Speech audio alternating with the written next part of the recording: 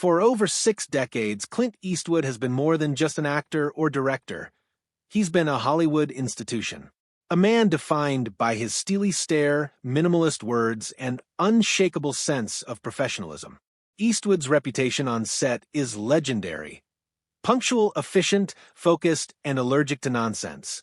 But behind that cool exterior, there's a side of Clint that only a few have seen, the part that quietly builds grudges, the kind that lasts a lifetime. While he rarely speaks about personal disputes publicly, insiders have whispered for years about the handful of actors who crossed him so badly they were effectively erased from his world. These aren't petty disagreements. They're stories of clashing egos, artistic betrayals, and the quiet wrath of a Hollywood legend.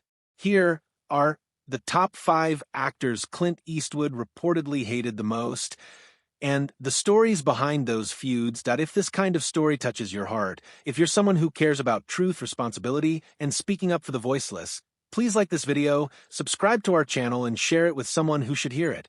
Let's get started. Number 5. Richard Burton. That IT should have been a dream pairing. 2 of Hollywood's most iconic tough guys sharing the screen in the World War II thriller Where Eagles Dare in 1968. On paper, Eastwood and Burton were perfect opposites. Clint, the quiet professional; Burton, the flamboyant, classically trained star with a taste for alcohol and drama. But once filming began, the clash was immediate. Eastwood, a man who preferred a clean, focused shoot, found himself increasingly irritated by Burton's on-set drinking. Burton, often hungover or half-drunk, would forget lines and wander off script. To Clint, who treated film sets like military operations, this was the ultimate sign of disrespect. Crew members recall Eastwood's cold professionalism in contrast to Burton's chaos. He never yelled, never confronted. He just kept his distance.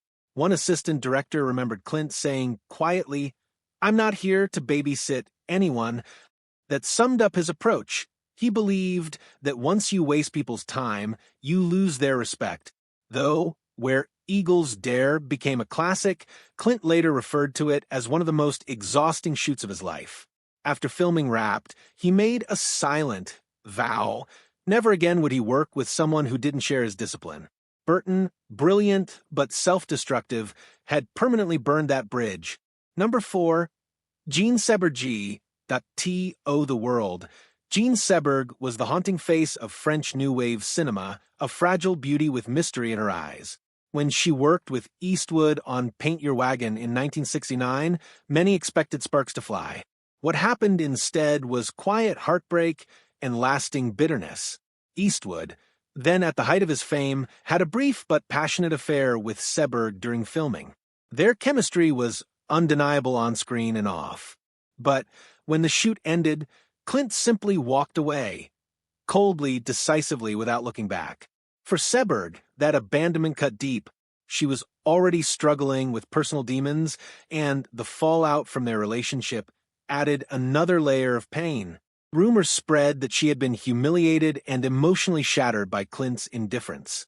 In interviews years later, Eastwood avoided mentioning her name, describing Paint Your Wagon only as a learning experience. For Seberg, however, the experience lingered. She reportedly confided to friends that Clint treated relationships the way he directed films, efficiently and without emotion. Their affair became a ghost story in Hollywood, whispered about but never acknowledged. When Seberg's life ended tragically in 1979, it cast a dark shadow over that chapter of Clint's past, a story he has never publicly revisited. Number 3. Tommy Lee Jones. 2 men who built their careers on toughness, silence, and authority. It sounds like a perfect fit, right? Not even close. When Clint cast Tommy Lee Jones in the 2000 film Space Cowboys, he thought he'd found a kindred spirit. But from the first day, it was clear they were 2 alphas in one cage. Clint was directing and starring in the film, running the set with his usual no-nonsense style. Jones, however, had his own ideas, loud ones. Known for being intensely opinionated, he questioned Clint's direction, challenged blocking choices, and made sarcastic remarks between takes. To most directors, that might just be an ego clash, but to Eastwood, it was unforgivable. He valued quiet respect and minimal discussion. In Clint's world, you speak through performance, not argument. One crew member said the tension was palpable, the kind that made everyone else whisper instead of talk. Clint, true to form, never exploded. He simply finished the movie, gave no public criticism, and then quietly vowed never to hire Jones again. The two never worked together after Space Cowboys. Years later, when asked in an interview about the experience, Eastwood gave one of his trademark half-smiles and said, "Some people like to talk about the work. I like to do it." That one sentence said everything. Number 2, Leonardo DiCaprio. Now, this one surprises people. Clint Eastwood and Leonardo DiCaprio collaborated on the 2011 biopic J. Edgar, with Clint directing and Leo starring as FBI Director J. Edgar Hoover. The film had prestige written all over it, an Oscar-friendly project with two of Hollywood's most respected names. But what happened behind the scenes wasn't nearly as glamorous. Eastwood's directing style is famously hands-off. He's known for doing minimal takes, sometimes just 1 or 2, and discouraging over analysis. DiCaprio, on the other hand, is the exact opposite. He's a perfectionist, dissecting every line, every emotion, every blink of the eye. Sources from the production described the creative tension between them. DiCaprio would ask for another take to refine his performance, but Clint would wave him off, saying, "We got it." To Leo, that felt rushed. To Clint, it was efficiency. The two never openly fought, but the mutual frustration was obvious. After filming, they went their separate ways, never collaborating again. Eastwood later admitted in an interview that he preferred actors who trusted the first instinct, who didn't chase perfection into the ground. That comment, while subtle, was clearly directed at DiCaprio. The two remain respectful in public, but insiders say Clint found Leo exhausting, a talented actor, yes, but one who made the process too complicated. And finally, number 1, Barbra Streisand. That if you know Clint Eastwood's personality, quiet, reserved, masculine in the old-school sense, you can imagine why Barbra Streisand was his polar opposite. Streisand is brilliant, outspoken, emotional, and famously demanding. The two first met in the late 1970s when Streisand reportedly considered Eastwood for a role opposite her in A Star is Born. The discussions never went far, partly because of scheduling, but mostly because of personality. According to friends, Clint found Streisand's reputation for controlling every detail unbearable.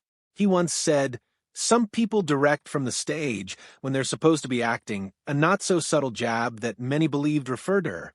Years later, Streisand made public comments about Clint's conservative politics, calling him a relic of a different America. That was it.